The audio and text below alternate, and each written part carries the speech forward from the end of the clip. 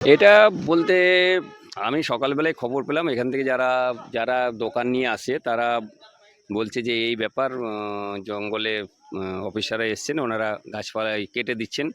তো এটা আমার মতে বলে যে এটা আমাদের সঙ্গে একটু আলোচনা করে এটা করা উচিত ছিল। ওনারা যাই হোক ভালো, যেটা ভালো বুঝছেন সেটাই করছেন।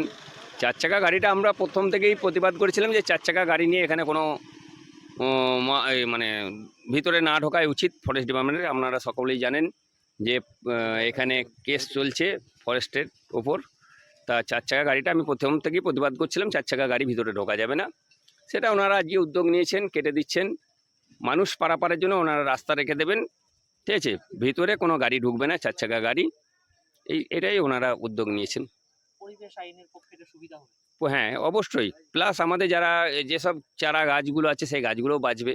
আমরাও উদ্যোগ নিচ্ছি এই বর্ষার মধ্যে অনেক গাছপালা লাগাবো। চার চাকা গাড়ি যদি না ঢোকে সেই গাছগুলোও বাঁচবে। এর আগে গাছ লাগিয়েছিলাম, কিন্তু এই চার চাকা গাড়ি ঢোকার জন্য অনেক গাছ মারা গেছে। আমি সেই তখন থেকেই প্রতিবাদ করতাম যে চার চাকা গাড়ি ভিতরে ঢোকা হবে না। কিন্তু বর্তমানে আমি তো এখানে ছিলাম না কমিটিতে, তখন অন্য কমিটি ছিল, তারা এটাকে মেনটেন্স করতো।